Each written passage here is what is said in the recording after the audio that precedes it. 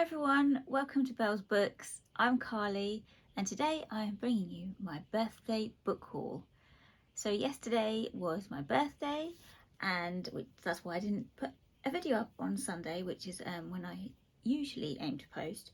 But I was having a very chilled out day yesterday, mostly watching Harry Potter, and I went on a very strange late night roller skating expedition in the evening, which ended badly because I fell over and got my roller skates stuck in a bush. But it was very funny while I lay there and Dan had to untangle my roller skates from the bush.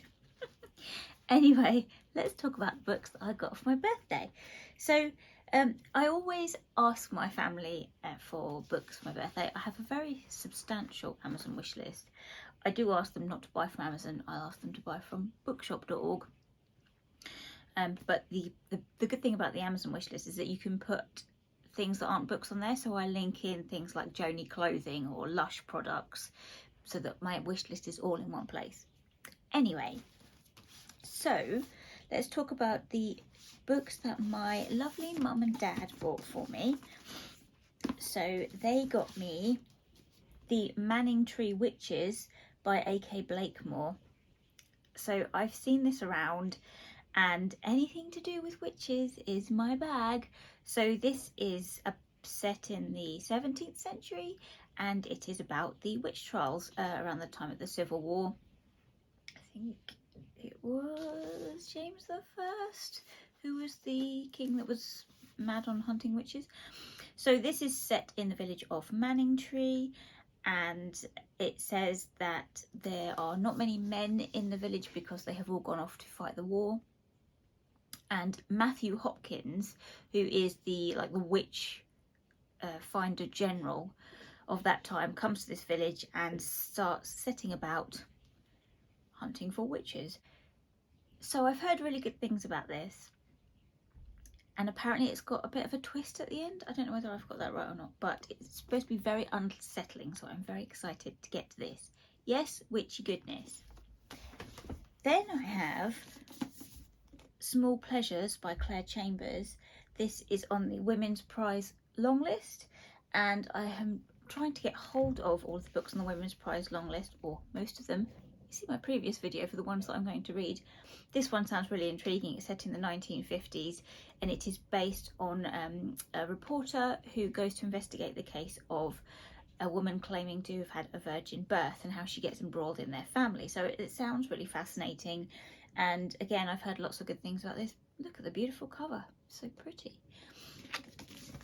Okay, so those two were from my mum and dad. Then Dan bought me Luckenbooth by Jenni Fagan. I haven't read any Jenni Fagan, although I have got down there, I have got the Panopticon, which again I've heard good things about, and that was one of the books that my PhD supervisor recommended to me as a potential book to use in my research because apparently it's quite experimental. So this sounds again right up my street. It is gothic and dark. It's set in Edinburgh and I think it has quite a big time span. So we start off in 1910 when the Devil's Daughter comes to Edinburgh. She's on some kind of mission, and then we follow this particular address, Luckenbooth Close, and the various residents that live there over this long period of time and the curse that is involved in this building. So it just sounds beautifully dark and gothic and right up my street. Perfect, can't wait to read it. And the one that I was very pleased to get, because I've already read it but I wanted a physical copy, is the Harry Potter History of Magic book from the British Library. So I went to this exhibition that was on at the British Library in 2017 and it was just an amazing exhibition. I loved it, and so it's really nice to have like the book of the exhibition that you've been to. So I listened to this on audio recently and loved it, but because it's talking about pictures and items from the exhibition, hold out one minute, can you see that? Sorry, my camera, I've turned my camera around so I can't see what I'm doing at the moment, but I just really wanted to see the pictures because they're just so stunning, some of them, and like it's not all just paintings, it's objects and artifacts, and there's some pieces of script from the original drafts of Harry Potter, so you can see where edits have been made or not on J.K. Rowling's original post. Also, look at these pictures of goats. Amazing. So I'm really glad that I've got my own copy of this, just because I wanted to look at the pictures and revisit it. It's going to be one of those books that I think I come back to again and again, just to dip in and out of, because it's just so stunning. Okay, and then surprise books, things that I hadn't asked for but I was pleasantly surprised by. My lovely friend Catherine sent me The Unencumbered Woman by Mary Alice Davies. Now, this is a novella and some short stories. So there's 8 short stories and a novella, and I'd not heard of this before. The novella is centred around 4 people, so a woman and her husband are going on this trek, and then there's 2 other single women that are going on this trek too, and then 2 of them, one woman and the husband get something wrong with them, so they can't go on the trek. So the 2 remaining women who don't know each other decide to go together, and I guess it's about the relationship that forms, and it says that when the woman is away from her husband, she feels much lighter and unencumbered. And there's like dynamic changes and relationship changes. So it sounds really interesting.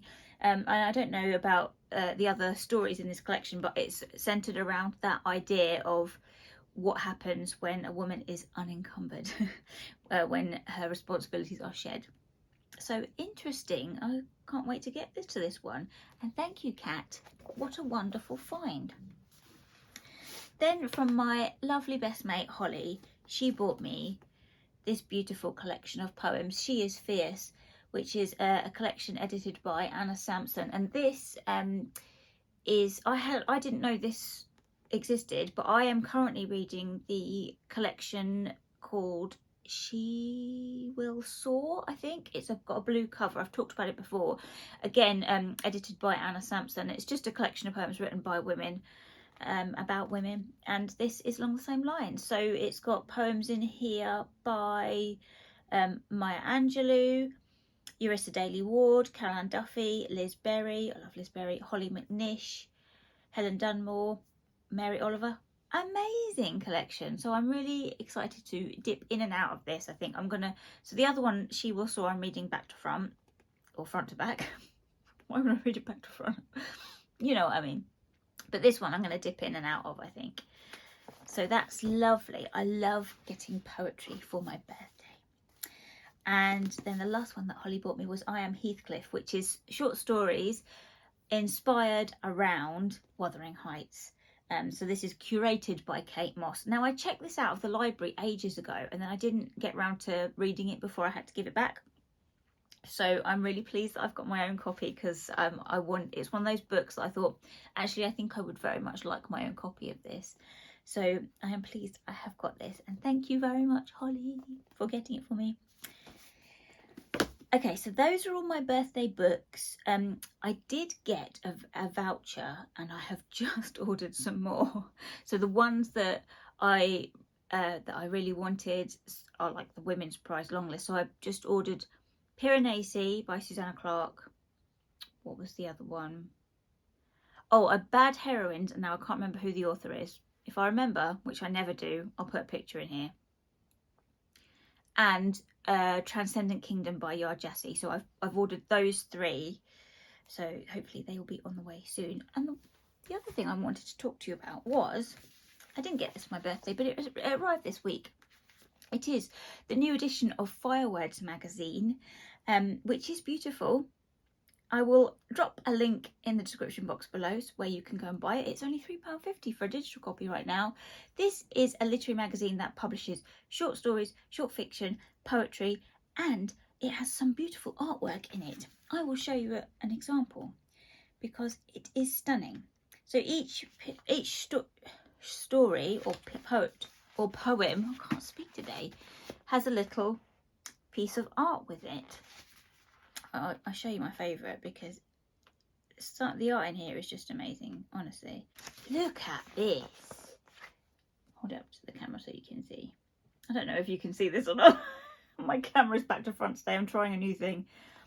It's stunning. Anyway, I love this magazine. I subscribe to it anyway, but this time I got a free copy because my fiction is published in it.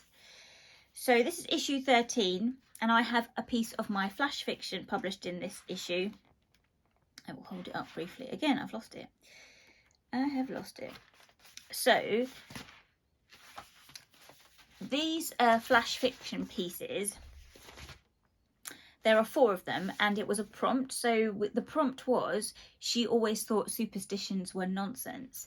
And then so you have to write a short piece of flash which is under 400 words, which is not easy, around that prompt. So I wrote it. I love superstitions. It's one of the things that I find quite fascinating. So I wrote my little piece of flash, and it is published in here. And so there are our four little flash fictions across this double page spread. There is mine. I have a little magpie there down the bottom. Don't know if you can see that. I hope I'm holding this up right. Anyway, if you would be interested, it would be marvellous if you would go over, check it out, and purchase a copy. You can get these beautiful print editions, or you can just get a digital copy.